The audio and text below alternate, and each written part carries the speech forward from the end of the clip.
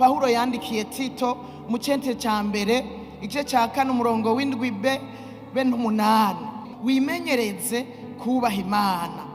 Umurongo w'umunani nawe ukavuga ngo kuko kwimenyereza k'umubiri kugira ikimazi kuri bike, ariko kubaha Imana kugira ikimazi kuri byose, kuko kuzana isezerano ry'ubugingo bwa none n'ubuzoza.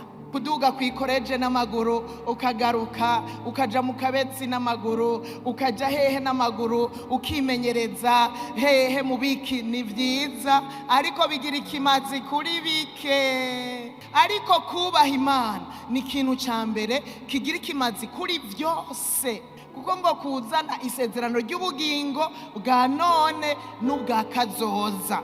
Rero kubaha Imana bibe muri twebwe. Itiro ryo mu buryo bw'imwemu riratunyaga kubaha Imana, ukaza usanga imwemu yo gusenga kuko burya gusenga ni umwimenyerezo wo kubaha Imana, gusoma ijambo ni umwimenyerezo wo kubaha Imana.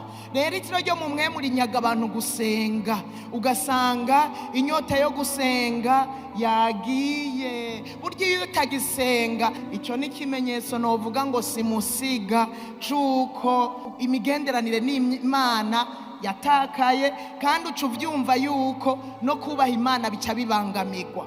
Ivy'Imana ntusubira kuba umwitwarariko wa mbere. Uca usanga umwitwarariko wa mbere wabaye abana banje, reka niruka ngenje kuraba abana banje, reka niruka ngenje kuraba umugabo arankeneye, bya bindi birankeneye. Ugasanga Imana nikira umwitwarariko wa mbere, kuko burya umuntu wubaha uramwitwararika, uramusengera. Umuntu wubaha uramukunda, umuntu wubaha. Rero iyo ivy'Imana utakira umwitwarariko wa mbere, burya kubaha Imana ni ikimenyetso. Kutubaha Imana ntuhava uvuga ngo sinapfuye muri Yesu ngo dimanche ndatonda. No, urashobora kuba wicaye aho imbere yanje, mugabo kubaha Imana vyawe vyarafuditse muri wewe, kubera nibikira Imana si umwitwarariko wa mbere.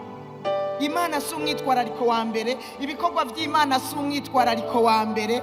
Ibiyago bijanye n'ivy'Imana, ibiyago bijanye canke ingingo ufata ntizijanye n'ivy'Imana, usanga zijanye n'ibikorwa vy'iterambere, ugasanga bijanye n'ivyo uca gukora mu mwanya wahora usengamwo, ugaza usanga wahashize ibindi bikorwa bikaba ari vyo biba ivya mbere. Niyo muriko murayaga n'abantu ugaca utangura kumubwira abagutsitaje, abagukomerekeje, abagututse, abagize ukuna kuriya, ugasanga aho kumuyagira ati sha hirya yeje Imana yaranyigishije, narasomye ijambo ry'Imana riramfasha, Imana yarangendereye, hewe mwemu yera ariko aranyigisha ukunuku nuku. Ivyo aho byari kuba ibiyago, ugacuzana ibyagutsitaje, ibikubujije amahoro, ibigiziki. Aho uzoca umenya ngo kubaha Imana kwarazimye, kwaratitutse muri wewe. Imana idufashe cyane.